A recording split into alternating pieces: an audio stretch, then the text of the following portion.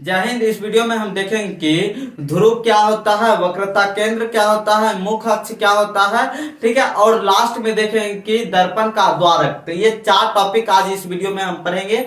आप वीडियो में बने रहिए और देखिए, बढ़िया समझेंगे, ठीक है। तो देखिए पहले क्या है, हम ये ऊपर में लिखिए गोलीय दर्पण लिखिएगा। गोलीय दर्पण से संबंधित विभिन्न पद इंग्लिश में कहिएगा तो different related with spherical mirror. Okay, different related with spherical mirror, ठीक है। देखिए पहला टॉपिक है ध्रुव। पोल। पोल किसे कहते हैं? देखिए दर्पण के मध्य बिंदु को उस दर्पण का क्या कहते हैं? उस दर्पण का ध्रुव कहते हैं, पोल कहते हैं, मध्य बिंदु को। देखिए ये है, यहाँ पर इसका मध्य बिंदु है, ये है, तो ये क्या कहलाया? ध्रुव कहलाया। इसको इंग्लिश में कहते हैं पोल। अब यह इसमें ये दर्पण में भी, ये उत्तल दर्पण में भी कौन सा यहाँ बीच में है, तो ये भी ध्रुव। ये इंग्लिश में कहेंगे तो पोल। तो पोल का बात खत्म, अब ध्रुव का बात खत्म हो गया। अब देखते हैं किसका बात? वक्रता केंद्र का बात, centre of curvature. Centre of curvature English में कहते हैं, ठीक है। अब देखिए सेंटर ऑफ कर्वेचर कहते हैं किसको? देखिए परिभाषा देखते हैं। दर्पण जिस खोखले गोले के बना रहता है, अनुमानित जिस गोले का बना रहता है, दर्पण जिस खोखले गोले से बना होता है, उसके केंद्र को उस दर्पण की वक्रता केंद्र कहते हैं। जैसे ये दर्पण है, मान लीजिए ये ऐसे गोला का बना होता है, ऐसे पूरा गोल कर दीजिए, गोल कर दीजिए, ये गोल हुआ। तो ये इसके बीच में जो बिंदु है ना, ये कौन सी कहलाएगा? Centre of curvature. Centre of curvature क्या कहलाएगा? वक्रता केंद्र कहलाएगा। ये दर्पण भी गोल कर दिए, अनुमानित कर लीजिए कहां से इसका केंद्र आएगा, ठीक है।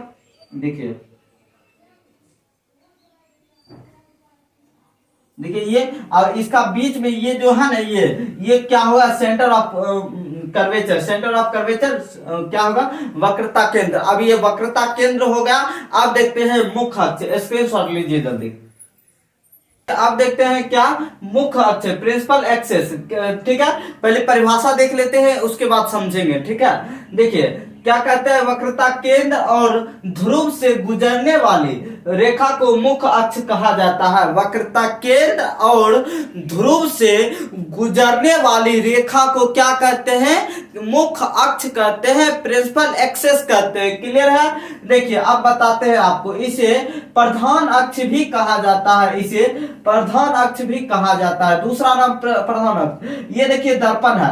अब यहाँ पर ये क्या है? पोल है, मतलब ध्रुव है। यहाँ पर सी है, मतलब क्या है? सेंटर ऑफ कर्वेचर है। और इस दोनों से एक रेखा जा रही है, तो वही रेखा क्या कहलाएगी? प्रिंसिपल एक्सिस कहलाएगी, अर्थात क्या कहलाएगी? मुख्य अक्ष कहलाएगी। क्या कहलाएगी? मुख्य अक्ष। इस दर्पण में भी देखिए यहाँ पोल है, यहाँ सेंटर ऑफ कर्वेचर है, और इस दोनों से एक रेखा जा रही है, दोनों को छूते हुए इधर की ओर। कौन सा रेखा कहलाएगा? कौन सी कहलाएगा? मुख्य अक्ष कहलाएगा, प्रधान अक्ष कहलाएगा, प्रिंसिपल एक्सेस कहलाएगा, ठीक है। ये तो आप प्रिंसिपल एक्सेस आपके लिए, ये जो लंबा सा रेखा सब देख रहे हैं, ये क्या है? प्रिंसिपल एक्सेस है, प्रधान अक्ष है, मुख्य अक्ष है। क्लियर है? ये समझ लीजिएगा। अब देखते हैं दर्पण का द्वारक, aperture of mirror. Aperture of mirror देखिए किसे कहते हैं? पहले परिभाषा देखते हैं। दर्पण की गोलीय चौड़ाई को हम क्या कहते हैं? दर्पण का द्वारक कहते हैं। आप समझते हैं? बढ़िया समझिए। देखिए यहां से लेकर, यहाँ गोलीय है, यहां से लेकर यहां तक की बीच की जो दूरी है, यही क्या कहलाएगा? द्वारक कहलाएगा। और दर्पण है तो इसीलिए दर्पण का द्वारक। जैसे कहते हैं घ्वार का आगम में कौन चीज रहता है? ऐसे रहता है घ्वार, मान लीजिए यहाँ पर, तो घ्वार का द्वार, यहाँ पर क्या है? दर्पण है तो दर्पण का द्वार, बस मतलब द्वारक, ठीक है। अब इस दर्पण भी वैसी कर्व है, झुका है, तो यहां से यहां तक की दूरी क्या कहलाएगा? द्वारक कहलाएगा। क्लियर है? एकदम सिंपल है। द्वारक किसे कहते हैं? यहां से यहां तक की दूरी क्या कहलाएगा?